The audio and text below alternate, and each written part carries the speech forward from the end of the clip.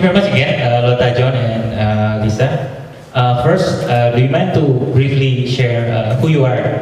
Just introduce yourself to them. Thank you. Hey, hi everybody. Hi. Thank you for having me. My name is Lotta. I live in Bali 10 years. I have a cafe restaurant business there with my husband. It didn't really start out like that. 10 years ago we started up with a hotel business, but it evolved into a cafe restaurant business. And I haven't been much into the food and beverage area before. Back in Sweden I did totally completely different things, administration, office, everything. So it's a bit of a dream to be an entrepreneur, do all things. So we had two daughters, they are 10 and 12, so they're practically Indonesian, Bali. They like nasi kuning for breakfast. So next generation. Yep. Okay. Could you move the mic closer? Yeah, so they can hear. Yeah. Hello, can you hear me? Yes. Clearly. Okay. Right, well, thank you for inviting me. My name is John Higson. I'm actually a Brit. I lived in Sweden for nearly 30 years before coming to Indonesia. In Sweden, we used to work a lot with, the first part of my time in Sweden, working a lot with entrepreneurship and particularly branding and marketing.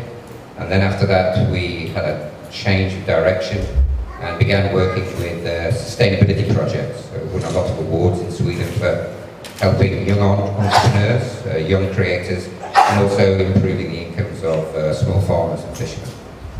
In Indonesia, we're working with a project called Eco Regions, where we put together large-scale planning, put green entrepreneurs together with the local people, built fisheries, eco-resorts, medical tourism, put in green infrastructures, and do this in some of the poorest but most beautiful areas of Indonesia. So they're joint venture projects, partnership projects, all based around sustainability. Oh, you go. Hello everybody, selamat siang. Maybe I'm the only Indonesian become a speaker here. It's an honor. Thank you so much for inviting me. My name is Lisa Firgiano. I was graduated from Malmö University in 2012. I work closely with coffee farmers, Indonesian coffee farmers.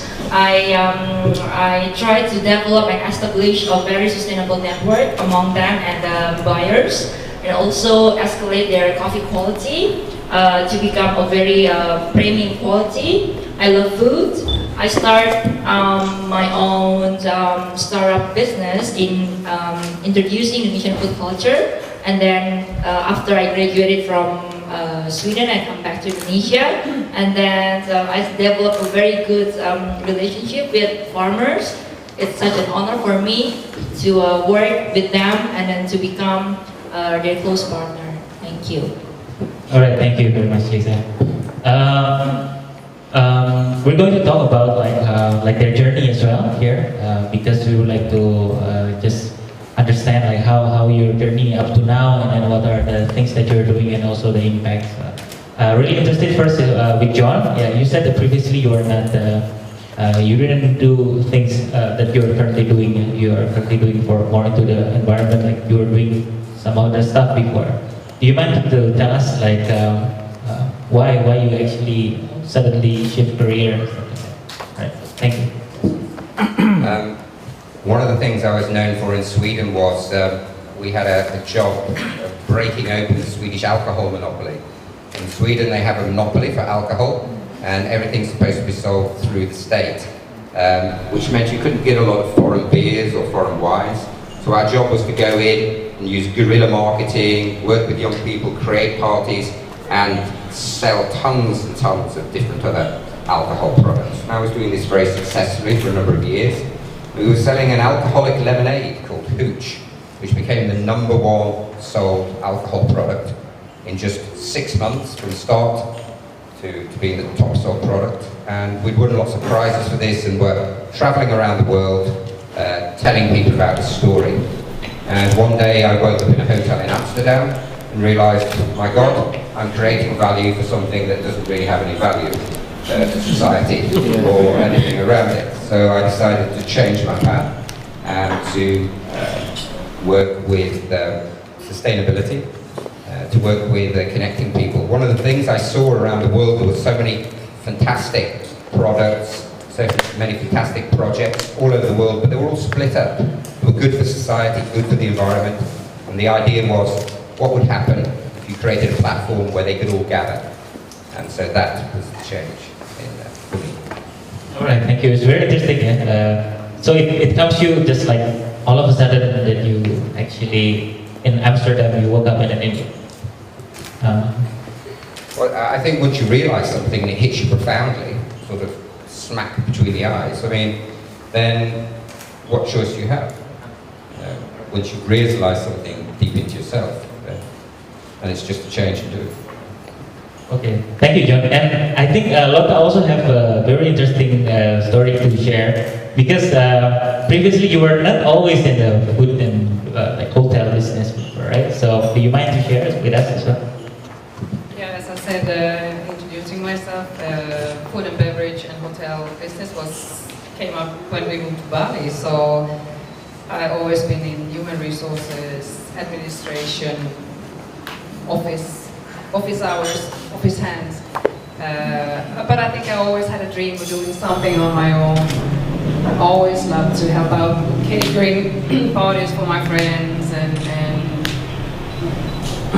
that kind of also connecting with people via food and food makes people happy, yeah?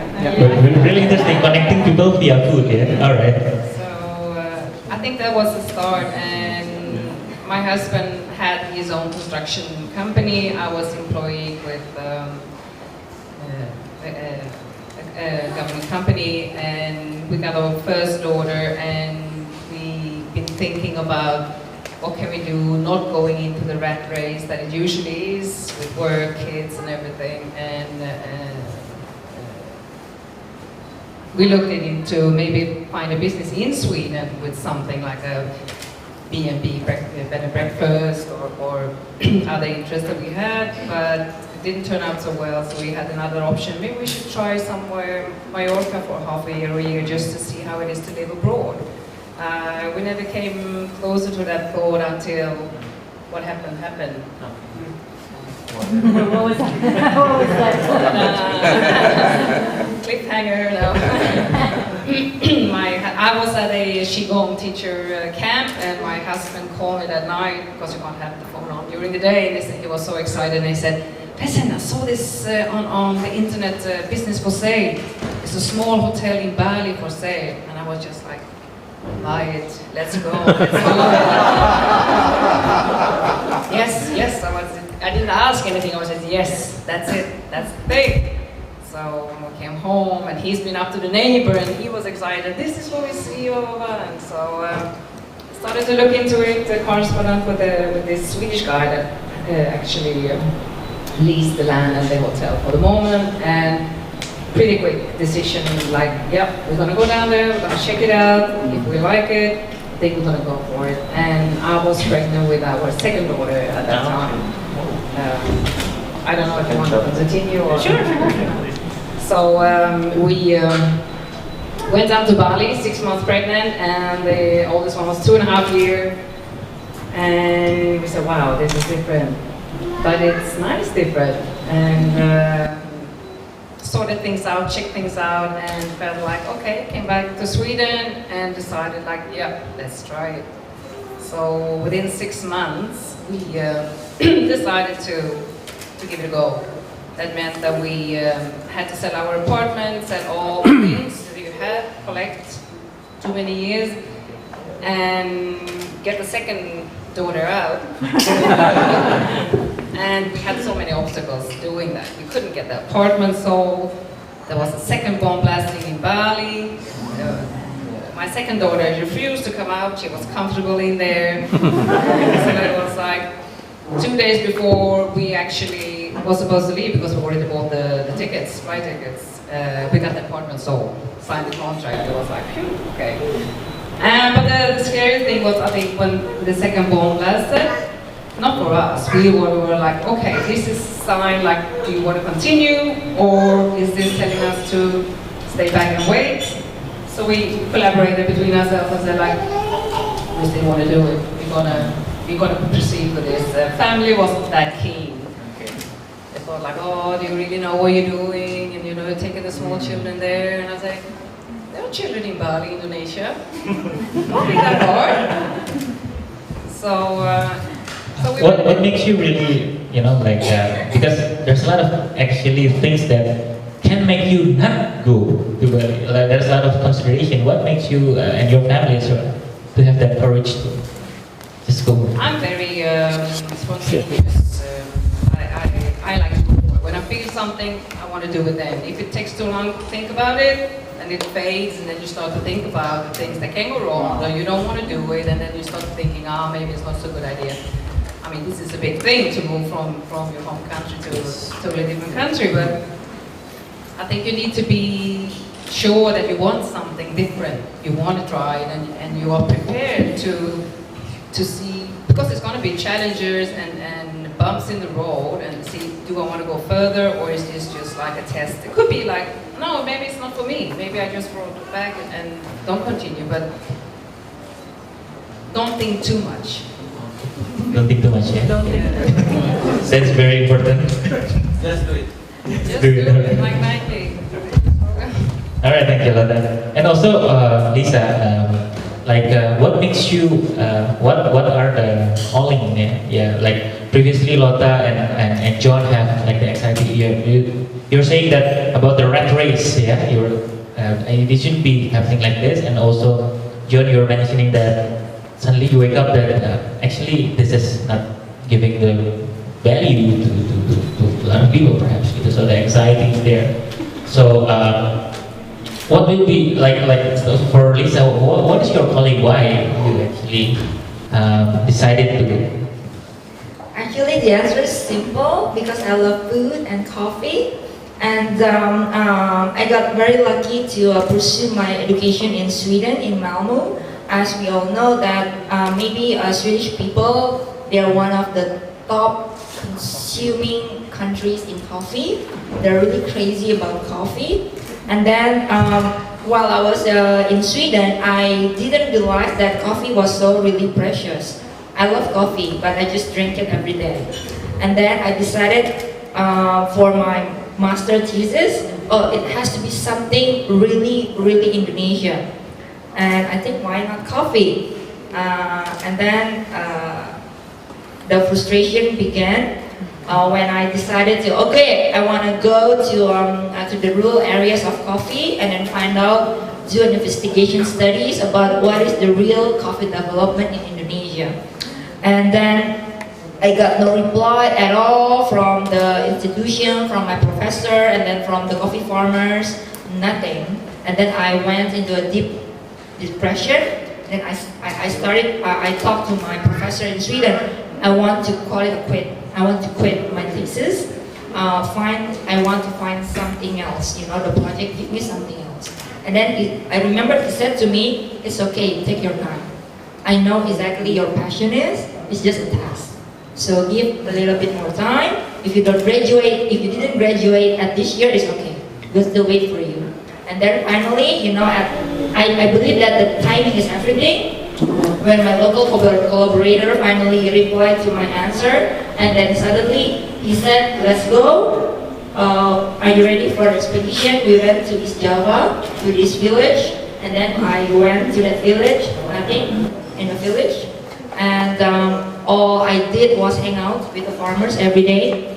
And I started a very good relationship, like deep, profound friendship with them.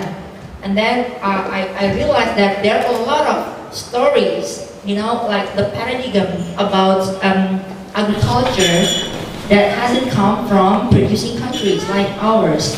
Most of the paradigm, most of the policies of politics in agriculture came from consuming countries.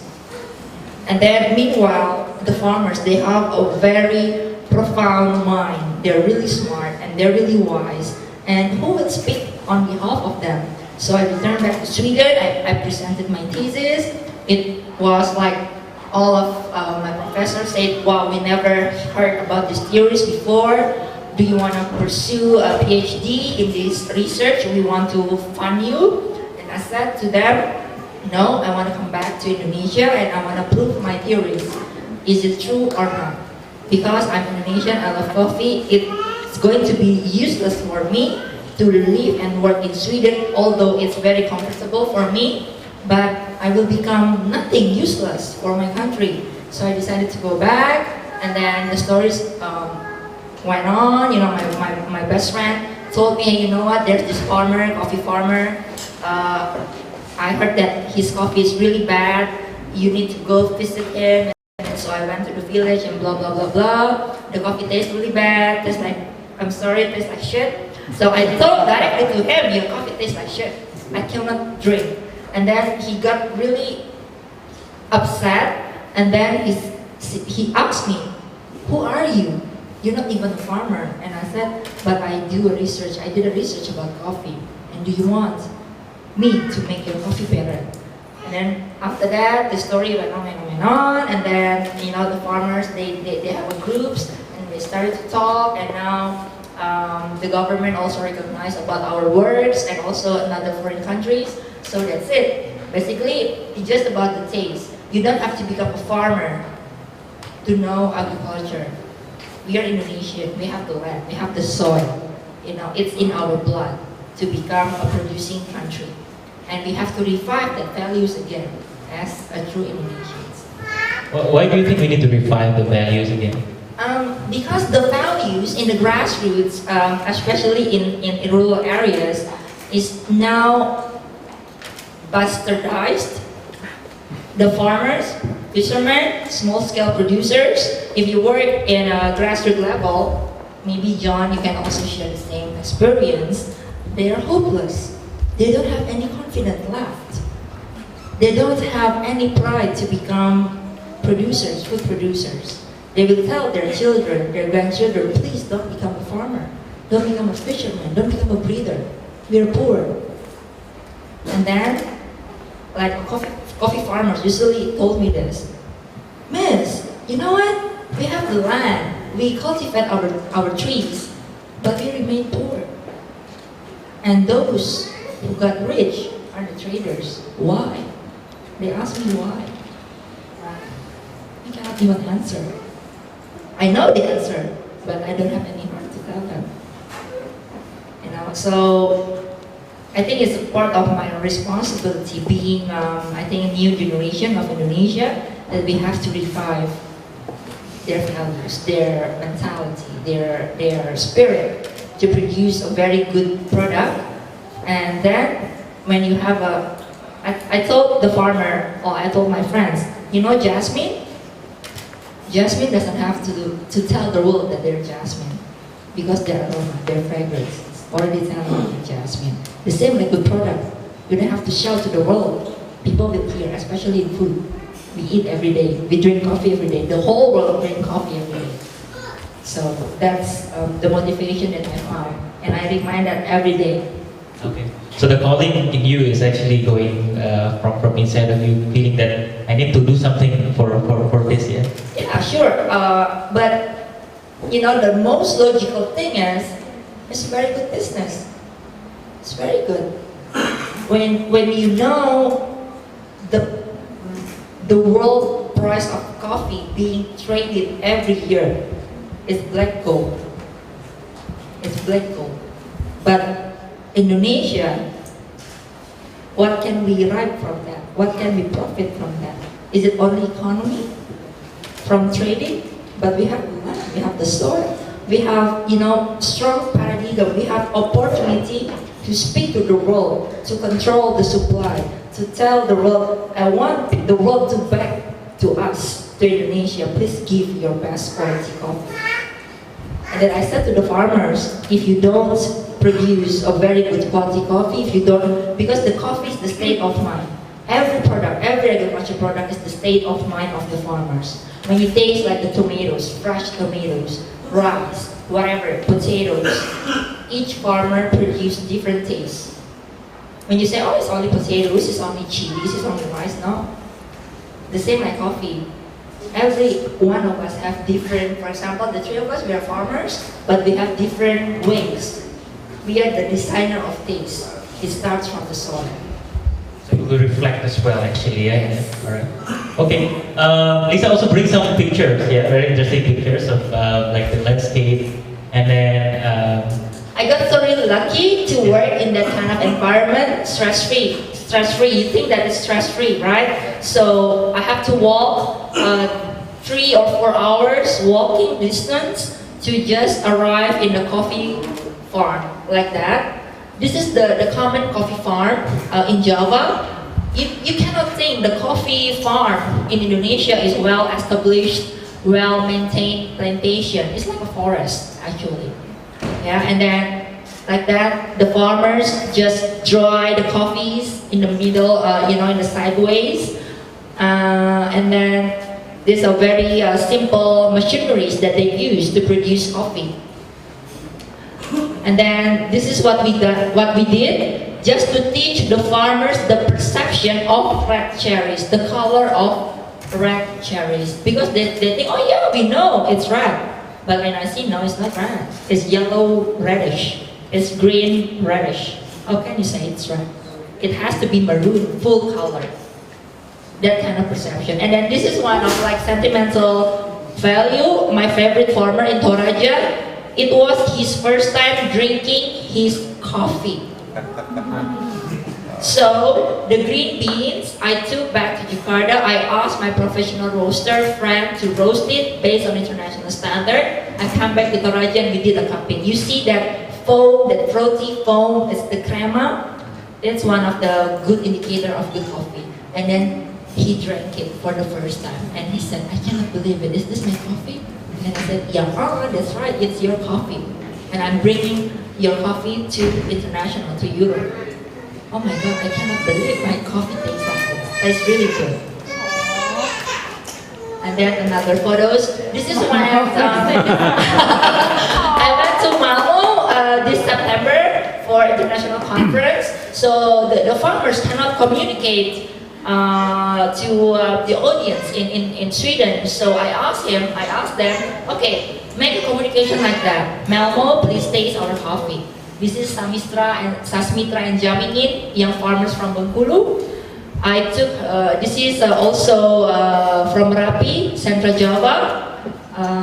And then another, this is from Toraja, Pak Peter. Malmo, please taste our coffee. And then the response after I did a conference in Malmo, yes. They sent the message back, best coffee I've ever tasted from Indonesia. And then another photos. Malmo loves your coffee. And I sent those photos back to the farmers. So they know. It's very fundamental to send this message, international collaboration, international friendship on the name of coffee. Even though like the farmers, they live in the suburban areas, in rural areas, they said, we might live in the purest area, but we're not dumb person. Yes, it's true, they're smart. And then this kind of motivation, this is when I did a presentation in Malmo. I presented International Coffee International Conference in my university. And we also did a coffee tasting every day. Less than 20 minutes, the coffee went out. And because I'm not surprised, Swedish, they love their coffee. And even I got invitation from famous international roasters in Lime and also in Copenhagen. They want to, they want to hear the greatness stories about Indonesia, the greatness farmers, the hard work of every farmers, what they did to the coffee until become very supplied. And it's very rewarding for me. I remembered my local professor.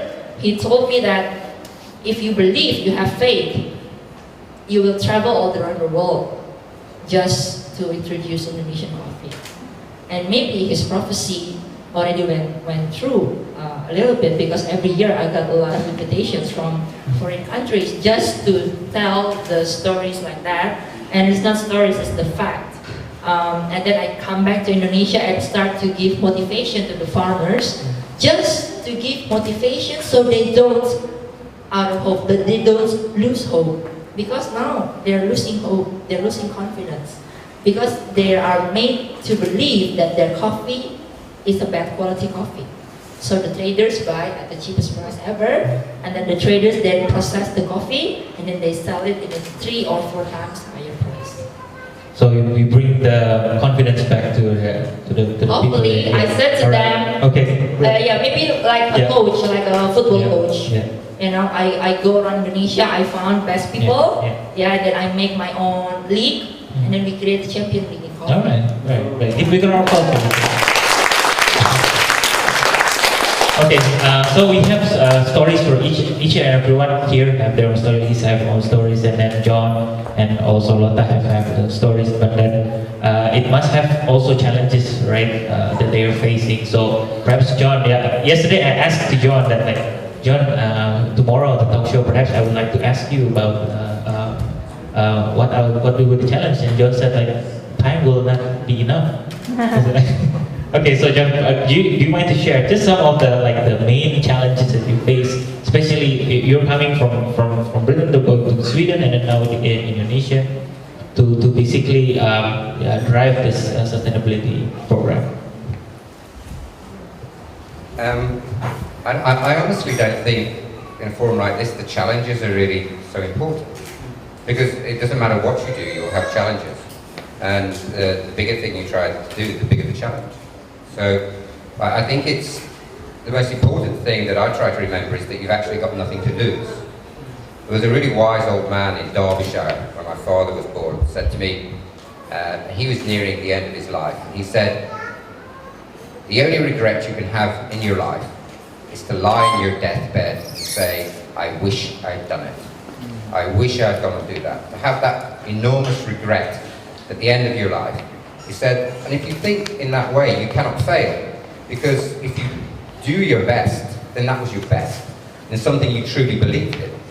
So the challenges are not so important. And that they will come in all shapes and sizes. But it's just to remember that if this is something you're truly passionate about, that you truly believe in, that you truly want to do, then in essence you have no choice. Because the only thing facing you is regret.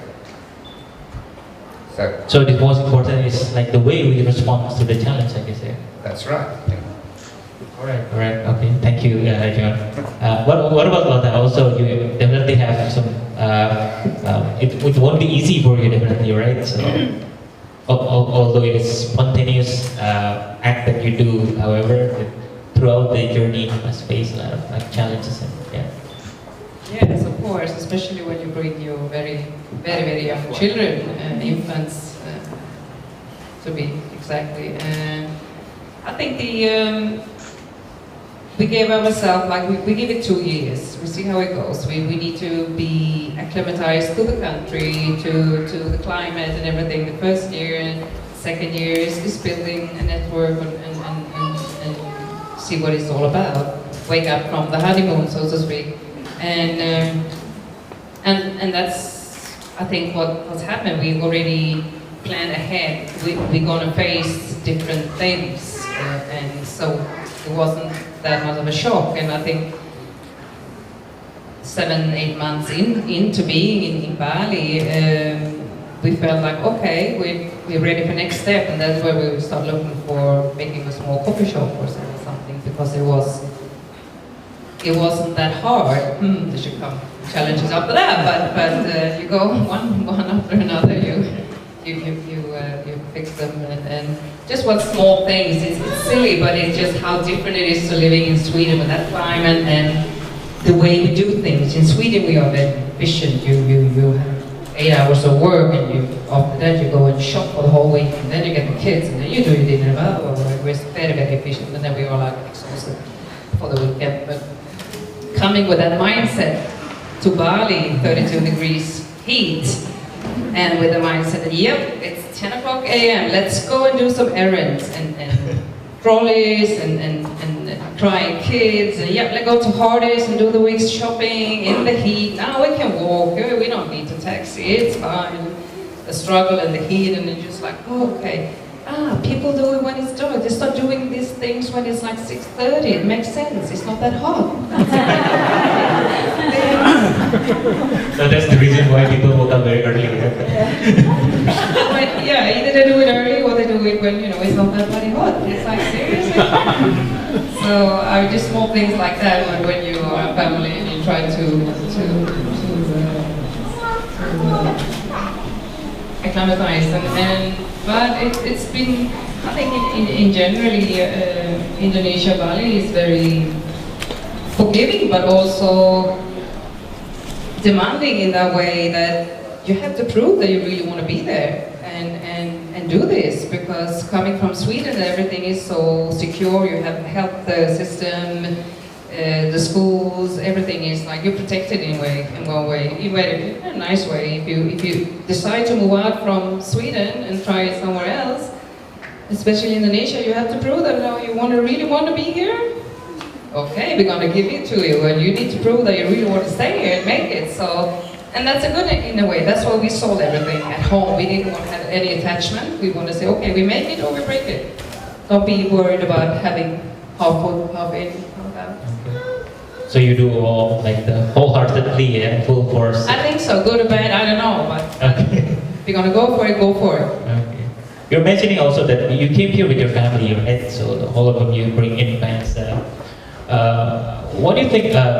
Your opinion about like the supporting people, like because you have a lot of challenge, new career, new things, like new area, new climate, like 32 degrees and everything. New language. New language, definitely. Yeah. Like how important it is, like the supporting people around you, the supporting systems around. And I think we went into in year 2, networking and seeking similar people as us in the same situation, but also see landing a bit like, okay, we live in Sanoor, so it's a bit of a, I would say, a quiet village, traditional, really genuine. I like it a lot because you live among the people that live there, the Balinese people that live there. So it's a combination of trying to get to understand what's going on here, because there's a lot of ceremonies every day, or you know, for it's a full moon or half moon or whatever. So it's a lot to be patient and accept all the differences, because we come from Sweden, as I say, we want to be so efficient, and you think like, how can it take so much time? Oh, another ceremony, I was gonna sit here on my bike and wait, instead of saying like, hey girl, you move here. This is what they do. This is their country. This, and so I've learned so much because I'm a very impatient person. So for me, it's the reason why I moved to Bali, Indonesia, because I need to learn patience. Okay, if you want to learn patience, please move to Bali. That's the calling. Okay. But I think it's moving to a totally different kind of country. You challenge everything that you're not challenged with in your own country. And it opens you up to think about what is important in life, and is it worth it to be swearing in your car because someone didn't take the right lane exactly as you wanted them to do, or as they did in your driving school, you know? I think the people here also have the same experience going to Sweden, I guess, right? Yeah. Okay. So I think also just one more thing about like the family, the people around you. How do they actually help you and support you to like all support each other actually? Yeah, here in going through these changes. The family back in Sweden, you mean, or? Here, especially people around you here, family, your family here, and also the other people surrounding in Bali as well. So my husband and we are involved in the business together, so we work with it together, and the kids have no choice. We are their parents. They just they know, this is what they know. Indonesia, Bali, be outdoor, you know, 365 days a year. They couldn't do Sweden in November, I tell you for sure. They think it's all good with the white snow, but I think they will last 10 minutes. Oh, it's cold. So this is what they know. And that's what I like about living here, Indonesia, Bali. Bali, especially because it's such a small island, it gets so many different kind of people from all over the world coming. So the interaction is school that they go to, there are so, I can't even, I don't know if it's 30 different nationalities in the school. It's Gandhi Memorial, I think the headquarters is here in Jakarta. So for them, also blending in with all kind of people, high, low, rich, poor, they see it as an everyday, it's nothing strange. This is what it is, and we treat people as we want to be treated ourselves. In Sweden, we are very keen on helping each other, maybe via the Red Cross, we send some money to the Czech. Living here actually makes you can help people directly. You can actually go there and see they are less fortunate, we can do something and see that, the world is different. I think that's what I can bring to my kids, to have a broader, wider, sight of humanity and people. Yeah. And perspectives as well, like that. Alright. Okay, thank you, Lola. And also, John, you come to Sweden, especially from UK, and then you move to Sweden, and you move to Indonesia, and then what do you think about like the support people? How do they support you, like people around you, people here in Indonesia, or people when you move to Sweden, and then like how important it is to have people and networks also surround you to support your basically your career and then your initiatives. I mean, I grew up in Northern Ireland, and the Irish are very open and hospitable, much less organised than the Swedish. So moving to Sweden was a little bit of a shock as well. Also being incredibly cold the whole time as well, and pitch black under November to. The Swedes don't like if you spontaneously knock on their door. In Ireland, the door's always open. When we were children, we wandered around, and when it was dinner time at about 5 or 6 o'clock, we were at one house, so we all ate at that house. And then if we were at another house at 6 o'clock, the woman, the wife there would say, the mother would say, "It's dinner time, sit down," and she would make dinner for everybody. But in Sweden, you knock on somebody's door and they're, and yes. The place isn't tidy. They always say, I haven't tidied up, because everything has to be perfect in Sweden. Everything, a nation of perfectionists. And so moving to Sweden was very difficult in the beginning. And, but again, it's having a network, and it's always, for me, it's been a mixture of either friends, really good friends that you meet on the way, and also people who share the vision of what you're doing. And that's very much so here in Indonesia as well. We have a fantastic team of around 35 people in Lombok who are working with the project. And they're from all over the place. We've got Sasaks, people from Sumbawa, Bataks, Javanese, people from Australia, Sweden as well, all mixed together, but sharing the same vision. And they're a really tight group. The fact that they share the same vision is that they see problems together, and they see solutions together. And the fact that they work in that way is really, really good. The first year I felt I couldn't leave the place at all because we had a vision, but now I can wander away and come back in a week and everybody's still doing the same thing and the same vision, and that's inspiring to be part of, and that makes it a huge joy and takes a lot of the stress off it as well when people are sharing the same vision. So it's a mix. Those things are very important, and then also that your family is accepting of what you're doing as well. My mother complains a lot when you're coming back to England for Christmas, and my daughter comes over here as much as she can, over from Sweden. So it's having their acceptance as well. So it takes the stress off it, makes it a joy. You have that united vision and that passion, joy. How do you engage people so they can have the shared vision with you? You're mentioning your team have a shared vision, and then Well, I think the thing that we're doing is such a large-scale project that it touches everybody. There's a part in it. We're, in essence, creating small green regions or small green countries. And we plan it together with all the local people. So every time we go to a place, we do a community planning. And that's with the government, the local people, with experts, with entrepreneurs. And so you find that common vision very, very quickly. And it's finding that part of the process so that you have a shared vision. The plan is built upon that first communication saying what do you want to do, what's your skill, what are the problems here.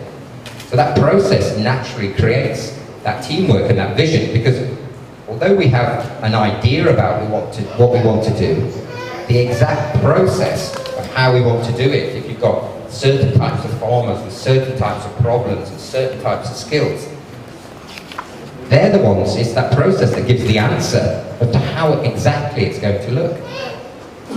So that planning process throws these people up. You get all people volunteering saying, that's my passion, that's what I want to do, I know about that. And that is what builds the team as well. So it draws people also. Yes. All right, right. Thanks, John. Okay, now to Lisa. Of course, coming back from Sweden and then talking to the farmers, yeah, and then try to encourage them, and then also some people said like, who are you? You are not even a farmer. You said like, how you maintain the motivation? Yeah? How you maintain your determination and then keep it on track up to now? Yeah? Basically, it's very simple when you work with farmers, like simple and honest guys from the village. You just give proof. You don't give promises. And the proof is the indicator is the escalation of the quality and the price. You brought buyer directly to them, to the farmers. You do open book transaction. You invite coffee shops, you invite barista, you invite coffee people to taste the coffee and make direct contact with the farmers and constantly buying, even though it's small scale quantity. We don't talk about like 20 tons a month. It's impossible for small scale farmers. But they said that if we have only 1 or 2 partners buy our coffee directly, can appreciate the coffee and know the hardship of our work, then we already be happy. That's the indicator, the real indicator. And then I always keep this in mind when my farmers friends ask me, oh Miss, where do you study for coffee? You know a lot more about coffee than us. And I said I was lucky I studied in Sweden. And then one of the farmers asked me, Miss, where is Sweden? I said it's very far. Is it cold there? It's cold, they have snow. And then you know what? The most shocking thing that he said to me, Miss, I want to send my children to go to school like you, to be able to speak English like you, and not to be dumb like me. I want my children to have the highest education as well. And then that's that turning point. And I said very honestly to him, if your coffee still bought 20,000 rupiah per kilo, I can guarantee you, cut my ear, you will never ever send your children go to university. And then he looked at me and then he asked, you're right. Now the price of education in Indonesia is already very expensive. If you don't fight really hard, if you don't, fight for your coffee, for your land, and for the future of your children, I can guarantee you still remain poor. I can only give you motivation. I can only give them access, but it's back to them. That's the support system that I have to create by my own. Of course, I'm so really lucky. I got a chance to work with chefs and then coffee people in Jakarta, in Bali, in several cities in Indonesia, and also I have international friends that I know from the Coffee Network. They're really into this. They really want to create like the holistic network, but it's not really easy. When you talk about development in agriculture, in anything, you have to reshuffle the system. You cannot work with the same system because you need to talk about financial, you have to talk about infrastructure, you have to talk about logistics, you have to talk about IT, and you need a lot of people to work it together. You cannot stand alone, so you have to create your own support system. And how do you maintain from like inner drive in you to keep on going?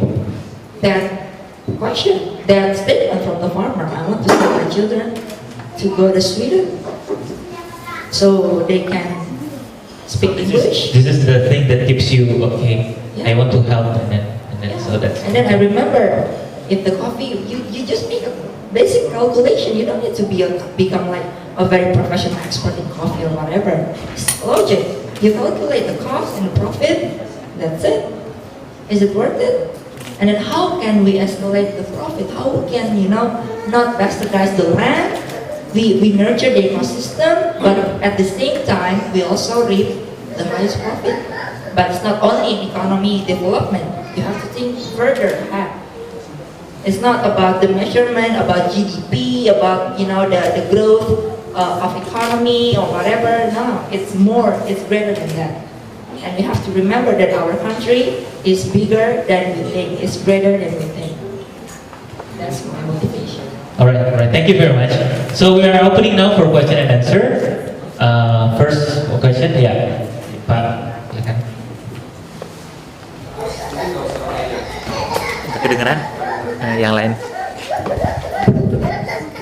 Terima kasih, mungkin ini salah satu session yang buat inspirasi buat kita semua. Saya sangat terima kasih buat Ibu Lota, Pak John, even kita buat kulir. Terima kasih untuk semua yang inspirasi, terutama pada suatu saat kita semua harus memilih jalan ketika kita do it for something else, do it for others. Mungkin saya ingin coba bantu apa yang saya bisa. Saya kira teman-teman sini juga bisa. Seandainya kita ingin berpartisipasi dalam salah satu di Coffee Project supaya yang tadinya 20.000 per kilo, entah berapapun harganya, sehingga mereka bisa sekolah. Kira-kira peran-peran kita yang di sini di mana gitu? Mungkin background saya adalah sekolah di Chalmers dari tahun 97-2003. Saya dulu adalah permanent coffee store di Swedia. Tapi saya memutuskan untuk kembali hanya dengan just do it. Saya di Eropa 20 tahun, kembali ke Indonesia hanya untuk di sini terlalu hektik dan serba gelap. Kalau saya di Swedia, saya tahu kapan saya pensiun, berapa pensiun saya. Saya pulang karena di sini saya cari kehektikan aja. Yang serba gelap. Mungkin dengan adanya inspirasi ini mudah-mudahan kita bisa berbuat untuk sesuatu yang lain. Mungkin salah satunya dengan Coffee Project, apakah alumni ini bisa membantu dan kapasitasnya apa? Mungkin kalau saya sendiri, relasi saya cukup baik. Seandainya Mbak Ratu perlu mesin roaster yang terbaik, saya bisa carikan dana dari pemerintah atau dari manapun. Bisa. Atau dengan PSI itu juga bisa. Karena pertemanan semuanya saya kira, Pak Ali juga bisa. Terima kasih dari saya. Oke. Yang nanya berikutnya, ya. Maybe for Lota and John, I have one question. Here in Indonesia, what are your best failures here in Indonesia that you consider as a failure? Our best failure. Yes. Best failure. I don't know if I've got a best failure, but I've got a funniest or most embarrassing failure. I'd been here probably about 1 week, and I was signing some papers with some officials in a government office in Mataram, in Lombok, and I managed to hand somebody a paper with my left hand and then walk into a room and stand on a prayer mat with my shoes on. And that was a complete cultural, I didn't know what I was doing or anything, and we have failures every day, but they're all part of the process, so I'm not really sure that I call them failures. They're just part of the process. You understand what I mean? Stupid, very silly one came up to my mind. Is nothing really important, but the thing is, for us in Sweden, we have kids in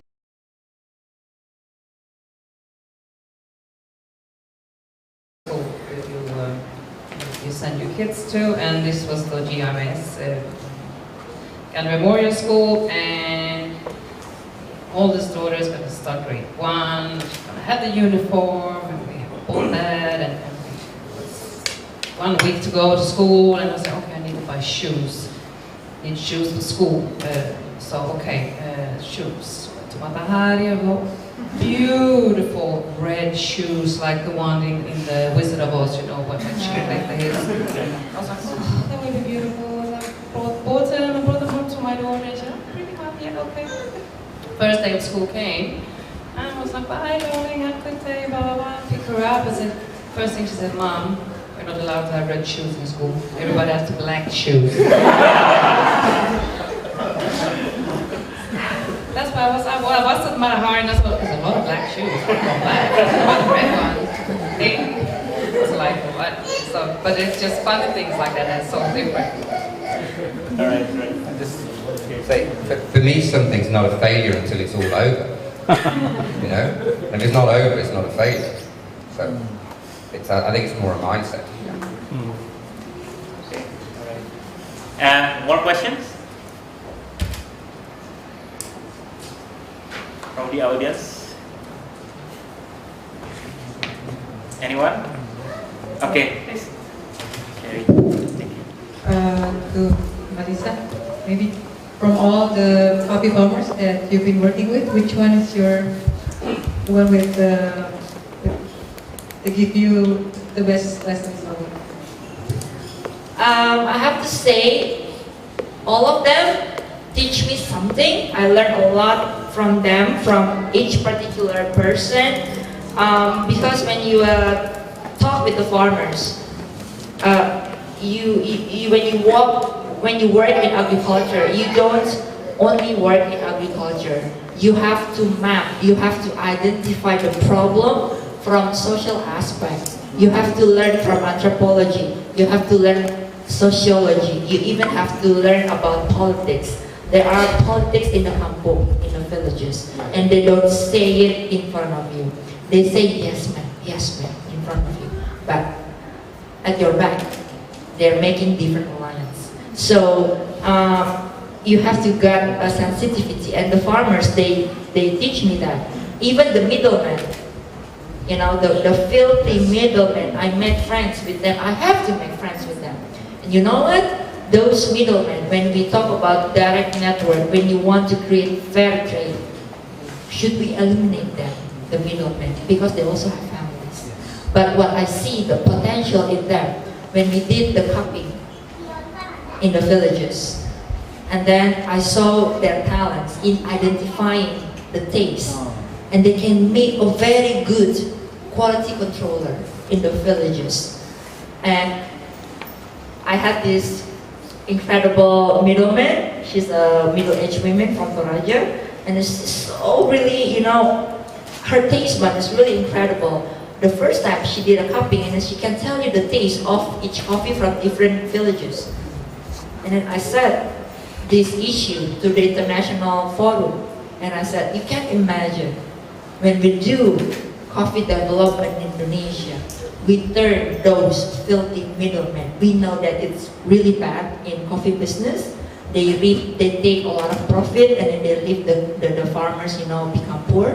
But I really want to make those middlemen to become a certified key grader, international certified key grader. Send them to international school of coffee, and you can make a really good story. Indonesian middlemen from middleman to certified key grader. So there's a lot of possibility working in agriculture. And if I have a chance to give feedback to a very nice offer from friends in the audience, thank you so much for the appreciation of our little project. If I may suggest something, maybe our alumni in Indonesia, Swedish alumni, we often have you know, annual meetings or monthly meetings, or maybe we can create institutional or like mini lab projects, collaboration. I can like disseminate something like what I did with, for example, advertising agencies or PR companies, or maybe like Indonesian Bank, our state bank. We collaborate together to create a lot of different projects in coffee. And it's not only coffee. We need a lot of warriors to work, you know, to assist farmers, breeders, fishermen. I also went to a remote island in Southeast Sulawesi, and then work with the fishermen over there. We need a lot of young people to work. You don't have to become a fisherman. You don't have to become a breeder. You don't have to become a farmer. You just have to work closely with them. Process the product. And I often ask this to when I come back to Jakarta. You see, the media, they're so really nice orchestrating a concept of celebrity chef. I really want to hear someday, maybe 5 or 10 years, there are going to be a lot of celebrity farmers, celebrity fishermen, celebrity breeders who are so really responsible in safeguarding the nature in our ecosystem. And also they have a very powerful state of mind to communicate through their products. That's one of, it's kind of very cool, right? And you can imagine when you talk to international audience about the greatness of our country like that. So it's a very good PR. So yes, let's do it. Maybe we can facilitate, the collaboration ahead. We can talk more details about that later. It's such a great honor for me to work together. Thank you. All right, thank you. One last question. Okay, so, sorry. I have one question for Lisa. My question is, especially in many rural, remote areas in Indonesia, when people want to make a project, the local people there do not have the trust, or probably they are willing to help you or assist you, but they will ask some money. And this is what happens in many situations. So, what did you do to finally get the trust and confidence? For me it's easy, but I don't know it's easy for you to do. I live with them. If they have a very humble house, I live with them at their house. If they don't have mattress, I slept on the floor. And they don't have good sanitary bathroom, then I have to take a bath in the river together with them. I walk with them. I work with them. I brought the shovel, and then I work in the farm. I touch the cows down, and I make compost with them. And by seeing that, they believe, that I really care about this matter, these important matters. And if they ask money, it's a really good indicator that you have to go, because money is not the answer. And then we have everything in the village. What do you need? You need human power. They can work together, gotong royong. Yeah. And then you need help. You don't need a lot of capital to do this. I don't use my own money at first. Of course, I use my own money for gasoline and for travel, blah blah blah. But it's not much. And then even you cannot ask a lot of farmers or a lot of local people to work with you. No, they don't want to. They want to wait and see. You only need one people in one small village, and you bring back the benefit, the proof, the indicator, and then next year, suddenly it will grow organically. Not too fast, not too slow. Organic. That's the key. All right, thank you. Give big round of applause.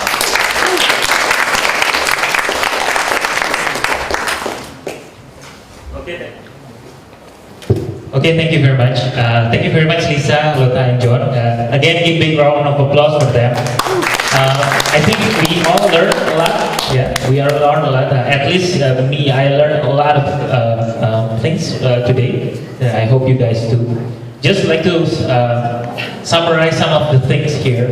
Although their stories are different, yeah, they're different people, different challenges, different but they going through some of the things that pretty similar, I think. Yeah. So this is the path of a change maker. So first you have an anxiety. You have a colleague, John, wake up suddenly in Amsterdam, and and then Lota realized that I shouldn't be in the rat race like this forever or something like that. Yeah, and then spontaneously she said like, okay, let's just start.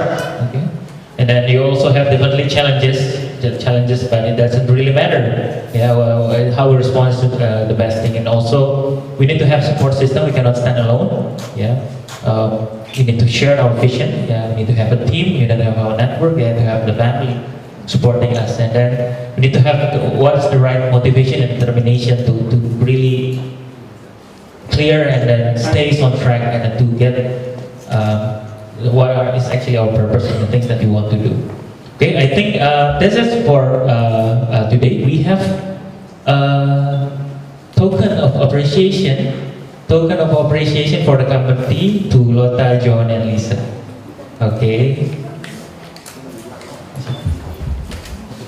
Okay, we will have Mas Erlangga who will represent the Swedish alumni to give the token of appreciation. Thank you very much.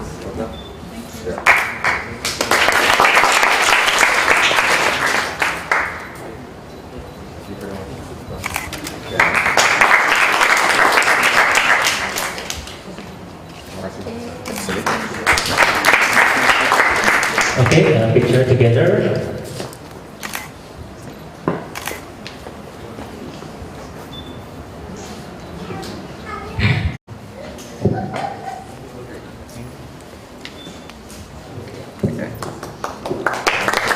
Okay, thank you very much. We will have another quiz. Thank you very much, John and Lota.